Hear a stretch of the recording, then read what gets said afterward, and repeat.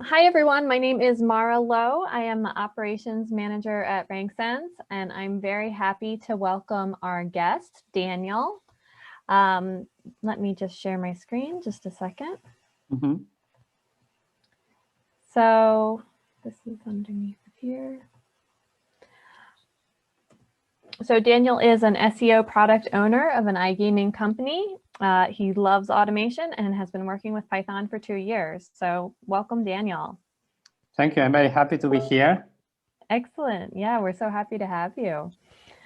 Some of you, if you followed our webinars and our tutorials for a while, Daniel's name may be familiar to you.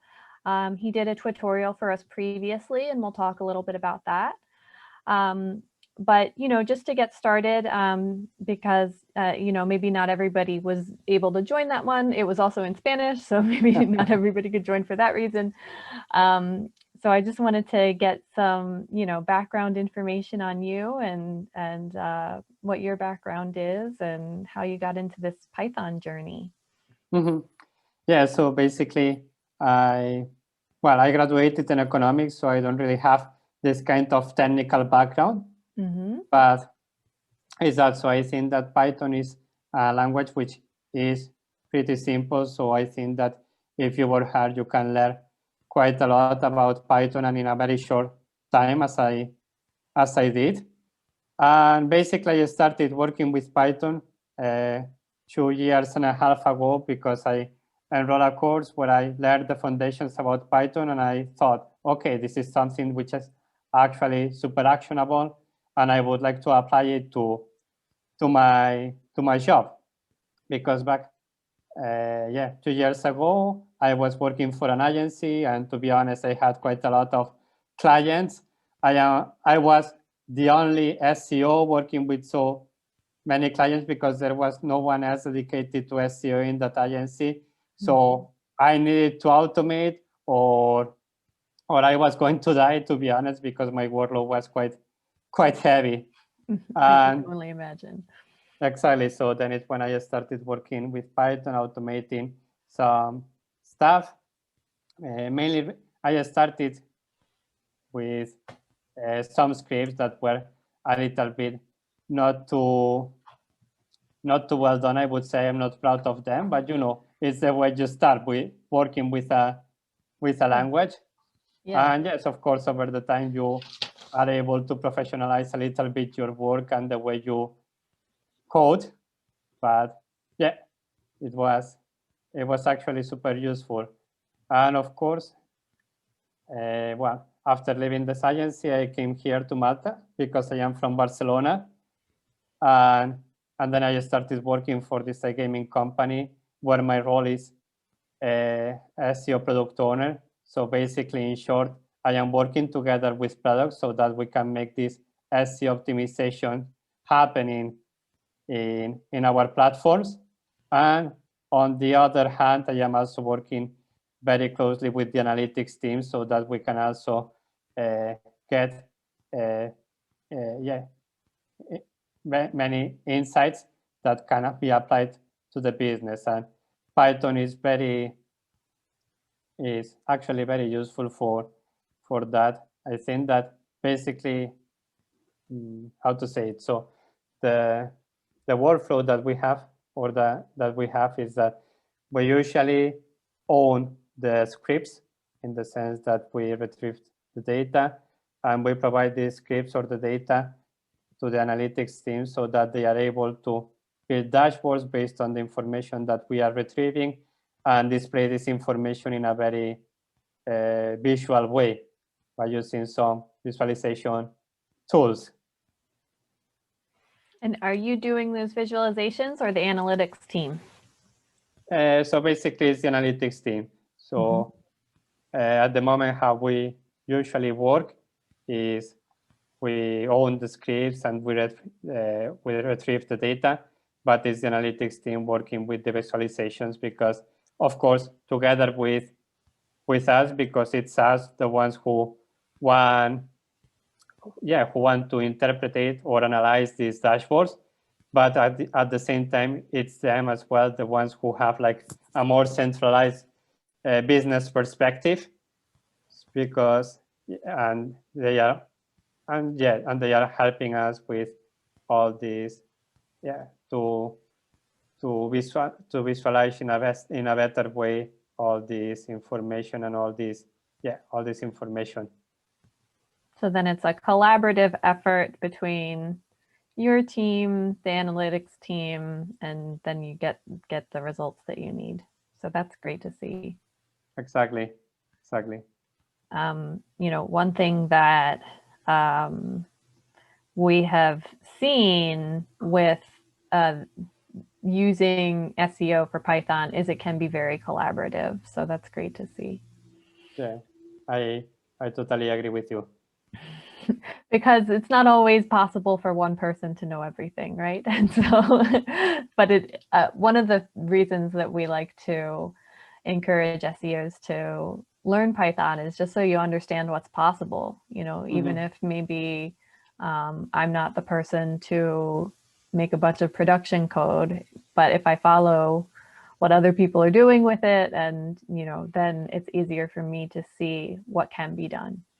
Exactly. It's also about getting this perspective, or trying to get this approach about trying to automate as much stuff as possible, trying to get rid of this kind of tedious or boring tasks that at the end of the day maybe are not the tasks where we can actually add so many value. Yeah. Can you tell me more about, in your earlier days with an agency, what kinds of tasks were you automating to make your life easier? Yeah. So basically, I think that I started out working with the MOS API, and I was automating some stuff related to backlinks analysis, and also a little bit of competitors analysis. And at the same time, for instance, I was also retrieving some data, or I was also scraping some websites to try to set up some alerts, in the sense that I wanted to know if, for instance, there was a no index tag in that page, or if, for instance, that page was blocked by robots.txt. So yeah, to make sure that everything was as best as possible when it comes to SEO, because unfortunately, sometimes, product or the developers do some releases and they forget to remove the no index tags or the robots.txt. This is something that unfortunately happens more often than what people would think, I think. But we've seen that, because that's one of the things that our tool looks for, is those kinds of problems. No, that's great. And I mean, especially for you to do so much in just having learned this 2.5 years ago, you said? Yeah. So that's amazing. Yeah. I mean, I think that I am very nerdy. So I think that it's something kind of helpful, in the sense that I like programming. So if, for instance, I need to stay until 1 a.m. or 2 a.m. programming until I don't able to find a solution for a problem, I will stay programming for such a long time, So actually, I am very, very bold in that sense.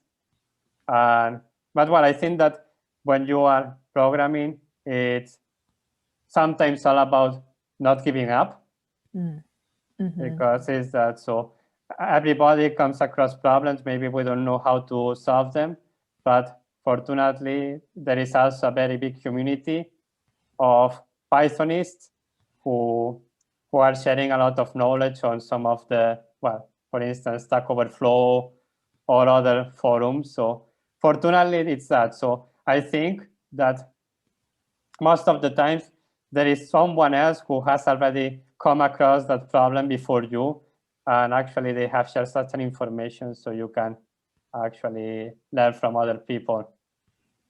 Yes, absolutely. And even just within the little Python SEO community, there's lots of people willing to help out too. Yep. Right. No, and I think, one thing that you mentioned is, sometimes staying until 1 a.m.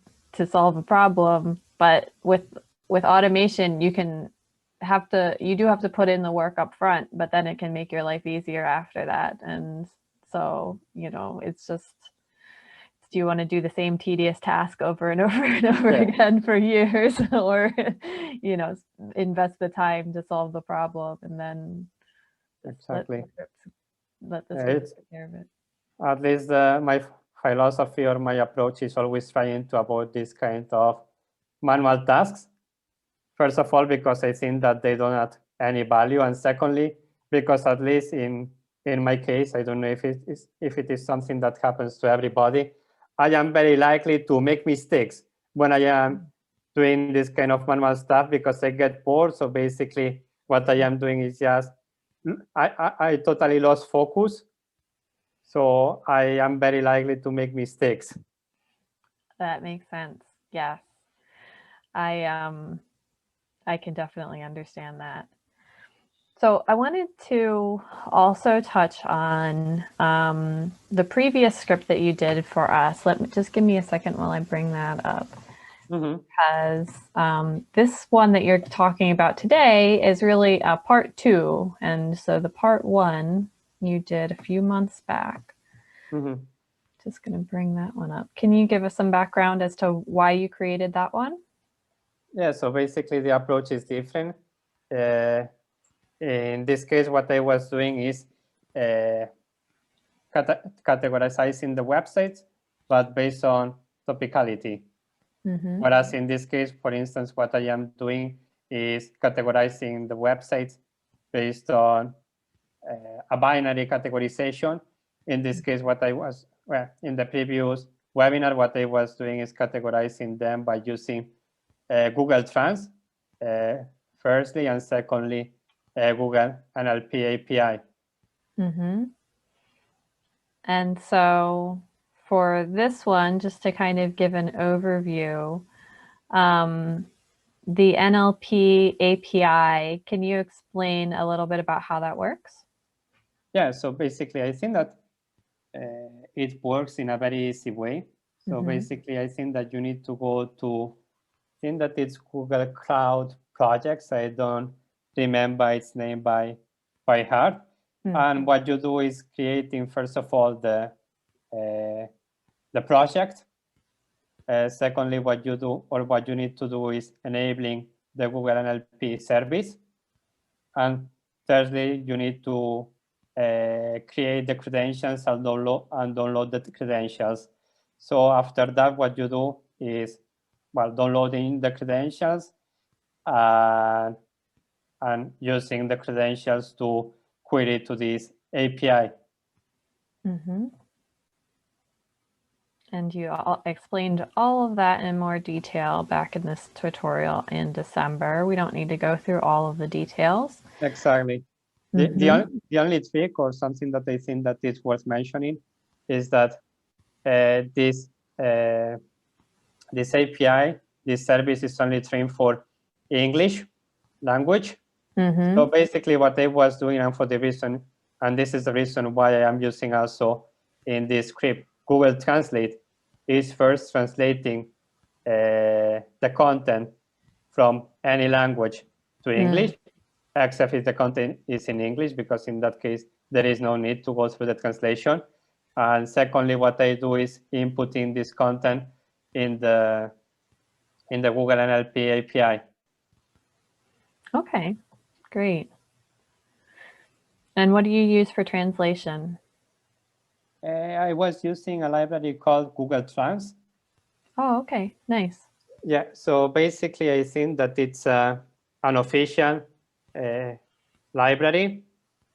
So I think that if I'm not, I have used it, and sometimes there can be timeouts or there can be some problems occurring because in the end it's an unofficial API. So what I was doing, for instance, is including some sleeps so that it doesn't get overloaded. But anyway, sometimes it was just like, overloaded. So in case that, for instance, you want to perform a bulk categorization of the websites in a more, how to say it, in a more secure way, it's better to use the official API from Google Trends. But in that case, you also need to pay for it. Oh, I see. Of course. No, this was really interesting. So just a second, let me see. And I wanted to know, during your time learning Python, what obstacles did you face along the way and how did you overcome them? I think that most likely the biggest obstacle was understanding the logic of language, because I think that it's something that maybe cannot be such a struggle for someone who already has a technical background or already knows more, already knows other languages. But in my case, I didn't know any other language, so it's that. So you need to learn how to program or how to approach the problems. So basically, I think that this was the biggest obstacle. It's understandable. And what made you choose Python for when you started to learn how to program? I had some colleagues in the agency where I was working that were already using Python. Well, to be honest, it's where when I understood, or I noticed, how I realized how useful it was, because they were able to perform some tasks that for me, if I had done them in a manual way, maybe would have taken me like hours and hours, and they were able to perform these tasks like in a blink of an eye. So I was like, okay, I mean, this is very helpful. I need to get to know how to program, because I think that at the end of the day, this makes your life much easier, as you said before. Excellent. Okay, so let's go ahead and move into the script that you shared with us on, I think it was a couple days ago that went live. Let's see. So that's the old one. Well, and we can have, actually, let me stop sharing my screen and then you can go ahead and share your screen. All right. So let me show my screen. I think that now you should be able to see my screen, right? Yes. Okay. So basically, well, as you mentioned before, this is a sort of second part about how to categorize websites, but I also wanted to show, not of course in depth, how the first script or the first Google Colab notebook was, but I wanted just to show it and let you know that if you are interested in this script, you can find it on Ranksense's GitHub repository. And yes, of course, let's now move on. So, and I would say, if you can start off by explaining the use case that you're examining here, why we would want to use this script for this, that would be helpful. Exactly. So let me show you first, like, okay, maybe it's better for me to start with this file. So basically, what I wanted to do is creating a model that would categorize websites between hotels and meta searchers, because I have some clients that were interested in that, because they first want to get to know which are the hotels that are competing with them in the locations where they are present. And secondly, because they also want to know which are the meta searches which are ranking well for the keywords that they are interested in, because in that way they can also get in touch with these meta searchers, and they can also appear in their websites, so that yeah, and of course, this is something good for them because on the one hand, it gives visibility to the hotel, and on the second hand, it is a acquisition channel that they would be covering. So yeah, as a proof of concept, what I did is categorizing manually around 100 results, around 100 results that were appearing in the SERPs from hotels in Barcelona. So basically what I did is searching for hotels in Barcelona, and I got the meta titles and meta descriptions. I put them together in these cells, and I categorize them manually. Of course, it's a bit painful having to categorize them manually, but once you are able to use this categorization to categorize the other locations in a blink of an eye, you realize that it has been something that has been worth it. Yes. So basically, as this is a binary categorization, what I am doing here is putting 0 and 1, depending if the result belongs to an hotel or if it belongs to a meta searcher. Mm-hmm. So yeah, of course, this was only a proof of concept.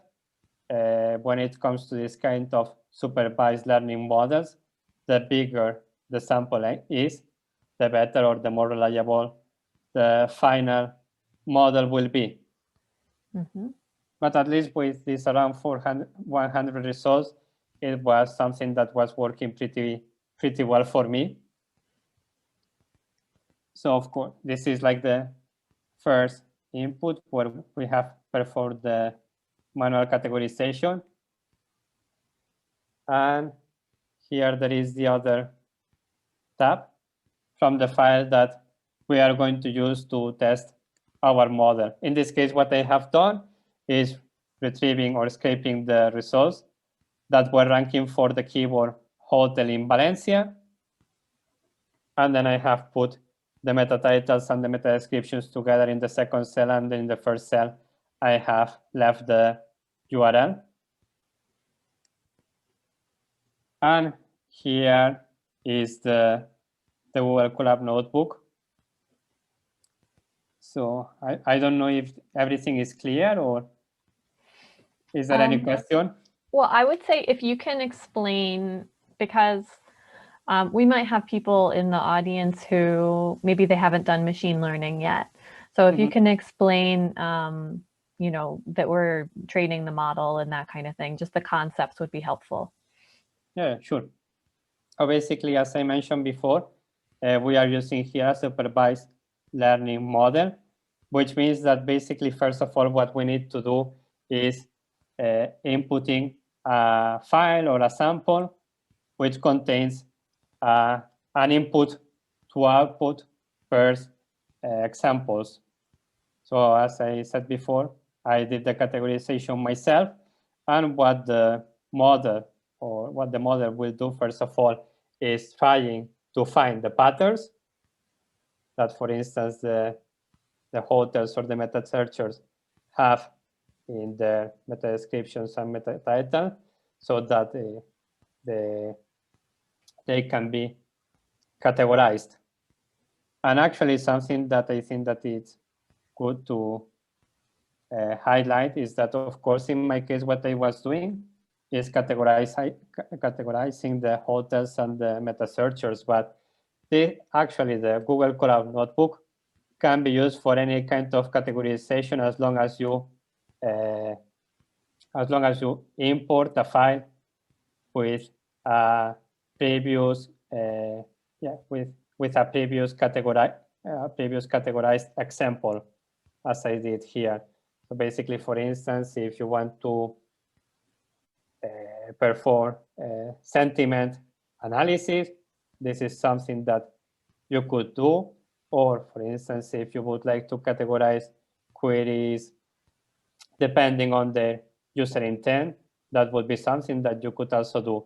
So it's about replicating, let's say, the steps or what I did. But in that case, putting in the first cell, for instance, the query or the term that you would like to categorize, and in the second term, the manual categorization of that term or query. Yeah, what I really like about your script is that, you walk us through it for one thing. It's very straightforward. Even if you are very new to Python, I think you can follow what's happening there. And it can be adapted to so many different situations if you are just trying to put things into 2 categories. And if you wanted to expand that to more than 2 categories, then we can, talk about that later on when you get to that part of the script that you would need to change. Yes, exactly. And yeah, at the end of the day, I don't consider myself either an expert at machine learning, but is that so? We have these libraries, we can make use of them. Of course, we need to know a little bit about the concepts, the machine learning concept, but sometimes this is a little bit like driving a car, in the sense that you need how to use it or how to drive it, but you don't really know how it works, right? Yes. So yeah. So basically, now if there is not any other questions, what I will do is going over the Google Colab notebook. So Sure. Go ahead. First, what we do is importing the file that I showed previously with the with the inputs to output first example. And yeah, what we need to do once we import this file. In my case, I am importing it from Drive. So we also need to give some we need to grant some authorization to the Google Colab notebook to be able to access the Drive folder. Okay, what I do here is just importing the file and reading it. And here is where I start like formatting or formatting the different variables. On the one hand, the labels, which are like the 0 and 1s, and on the other hand, the meta titles and meta descriptions, so that they have the format which is needed for categorizing them by using TensorFlow. And this is where basically what we do is, first of all, encoding the words into integers. So basically what we do is like changing the words from the meta descriptions and meta titles to integers, so that afterwards we can transform them into vectors. And what we do here is flatten the input and we create the variables of the layer. So basically, I can understand that this sounds a little bit difficult or maybe a little bit challenging, but basically what we do is just formatting it as TensorFlow requires. In that case, what we do is just like, how to say it?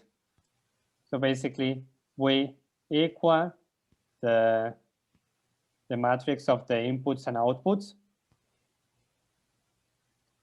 And what we do here is compiling the model, and we can also display a summary about how it works.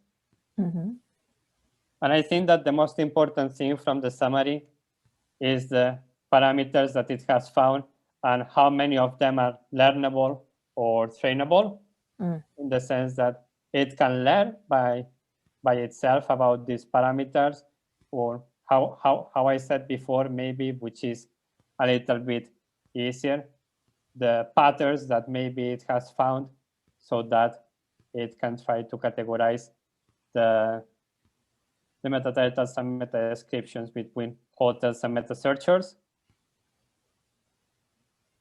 And here what we do is like we train the model. So basically we iterate over the model, and what it will do is trying to be as accurate as possible in every single iteration. So basically it will iterate once, will get some outputs, some categorizations, and then it will compare the categorizations that it has gotten with the actual categorizations that I did manually, so that it can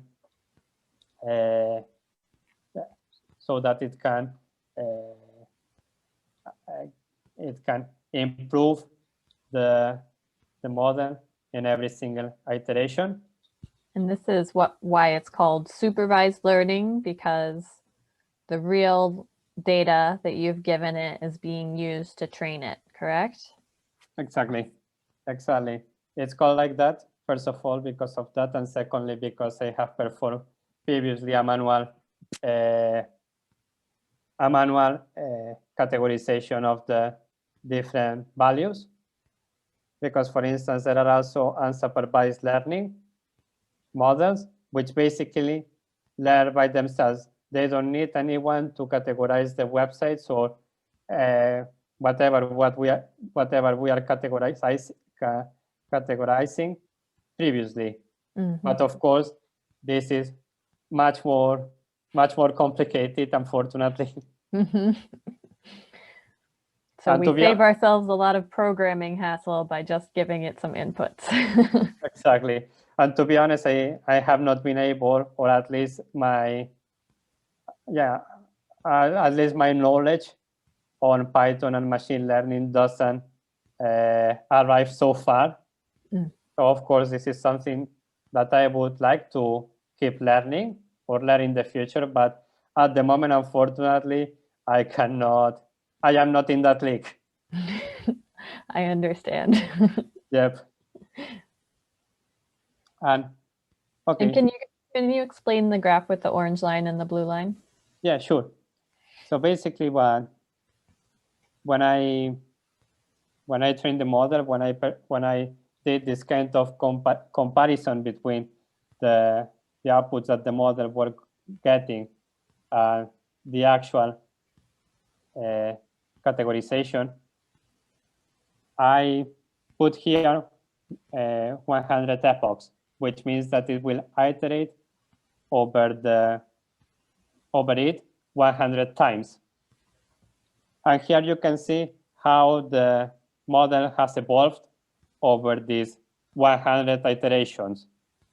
So you can see here first that the accuracy of the model was maybe around 16%. Mm-hmm.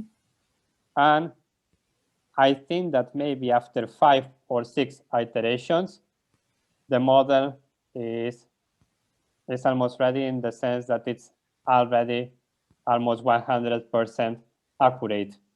Mm-hmm. On the other hand, yeah. Whereas if for some reason this was a more complicated problem we were solving, that would be slower to increase, right? Exactly.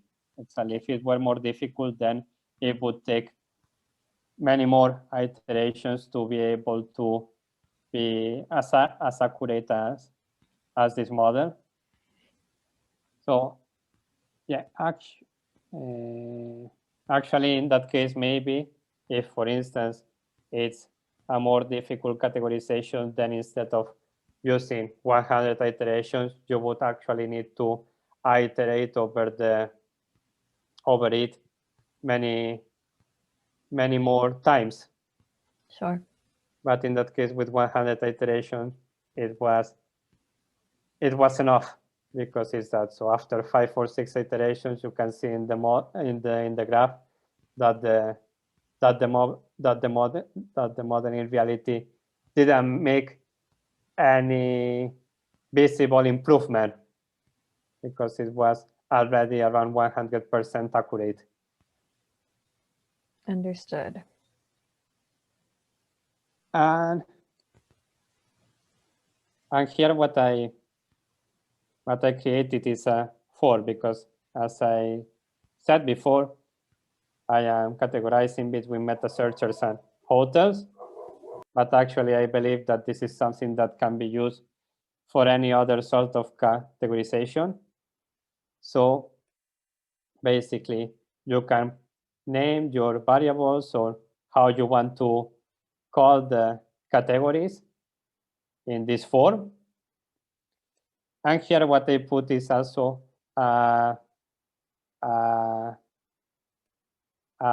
let's say threshold about how strict I want to be when it comes to the categorization. In the sense that in my case, I put 0.1 because I only want to categorize as hotels those meta titles and meta descriptions where the model is very, very confident that they are actually hotels, because as I said before, well, my client also wanted to go over the meta searchers and contact them to appear on their website. So I didn't want to skip by mistake any meta searcher. And here is where we have the different variables that are created in the form. And yeah, as Maura said before, this could actually be changed a little bit in case that, for instance, you would like to categorize more than 2 variables. In that case, maybe you would need to add here, well, first of all, here, a third variable. And here, a leaf. And yeah, and a leaf, and for the new variable. And apart from that, you would also need to make some changes when it comes to the strictness, because in that case, we would need like several thresholds, and not only one, but it is something which is actually very, very possible. Excellent. And well, now that we have already trained the model and we have the model, what I do here is importing the file where I had the meta titles and meta descriptions from the hotels in Valencia. And more or less, I replicate the process that I did before. So first of all, I read the file, and I create a list with the meta titles and meta descriptions and URLs. And here what I do is iterating over these results, over the meta titles and meta descriptions. And I use this predictor function that I have created here before. So that for every single meta title and meta description, we are going to use the predictor function, and we are going to predict the category which should be assigned to each meta title and meta description. And here what I did is using pandas to create a data frame to display how the information would look like. So first of all, here we have the URL. In the second column, we have the meta title and meta descriptions. And finally, we have the category that has been assigned by using the predictor function before. So here you can see that apparently everything went well because every single meta title and meta description have a category. And finally, what you can do is creating a file where you would like to export this list or this data frame.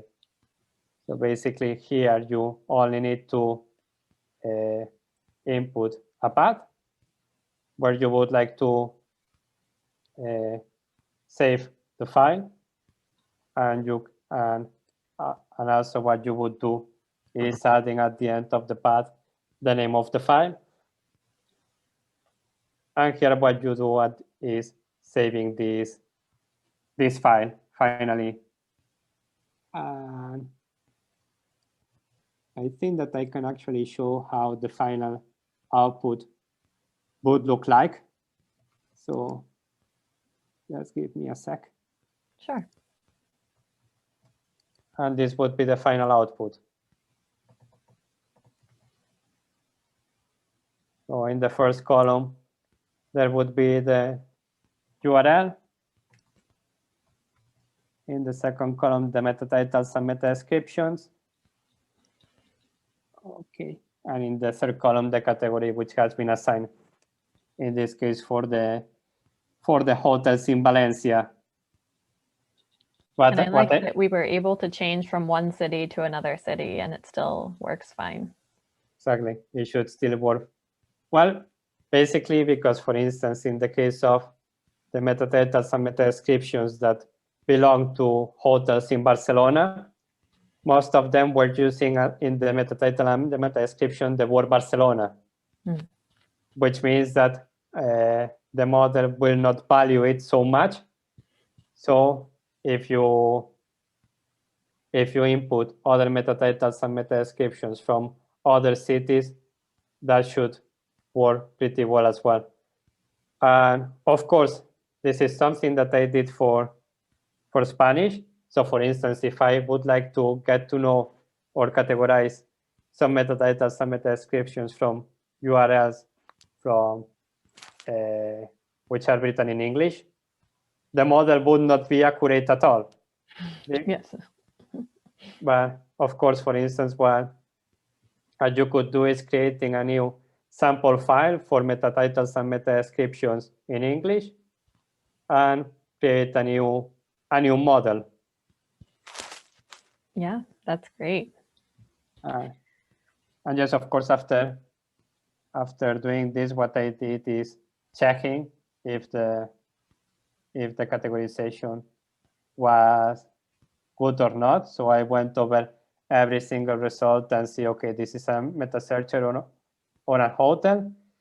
And I think that the categorization after the categorization was 95% accurate, in the sense that the 95% of the categories that had been assigned were actually correct.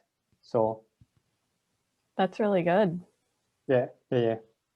And it's so easy to use. I mean, especially since you have given us your script, it's very easy to plug in other data into that and use it.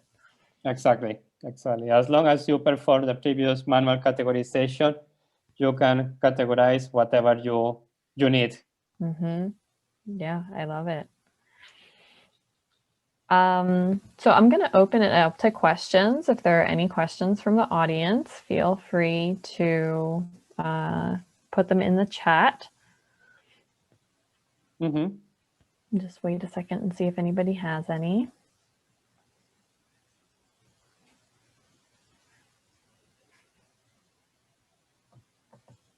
All right. No, I missed it earlier. Jose said, "Automate or die." Good marketing slogan. It's heading in that direction, I believe. Yeah. Okay. Well, if there's no questions, Daniel, thank you so much for being here. This is we've been running a couple of tutorials since Hamlet passed, but this is our first real webinar, and we just really appreciate so much that you came and joined us today. Just the support from the community has been immense, and we're also grateful for that.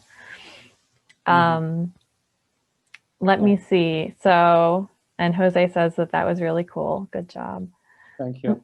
To be honest, I think that what happened with Hamlet was a big shock for most of us. Yeah. So definitely, for sure.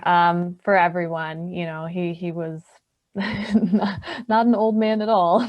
And so it was a shock to everybody. And here at Ranksense, we're just very dedicated to continuing his vision. And so we appreciate everybody's support as we've been working on doing that. And doing these webinars and continuing the tutorials is an important part of that for us, for sure. That's great. That's great. And so I posted in the chat a link to our YouTube channel where you can find some of our past webinars. You can find Daniel's previous webinar there. Also, our upcoming webinars you can see on our website. Just a second, and I will tell you about the one that is coming up. We have Masaki Okazawa from AutoZone joining us this Friday to talk about analyzing Google Search Console data with Python. And that is going to be hosted by my colleagues, Akshay Sangakkar and Christian De La Serna. Also, just to let everybody know about our app and what we do here, Ranksense is an SEO app which allows you to implement changes using simple Google spreadsheets. So if you find yourself creating a lot of CSV files with Python that you would like to just be able to implement those directly on a site, our app is perfect for that. It requires Cloudflare currently. We are planning to expand to Akamai soon. But then it's just a couple of clicks to be able to implement those changes. So check us out if that sounds like anything you'd be interested in. I'm always happy to chat. So I want to thank everybody for joining, and we will see everybody next Friday, or this Friday. And thank you again, Daniel. Thank you. Have a great day. It has been a pleasure. Ciao. Bye-bye.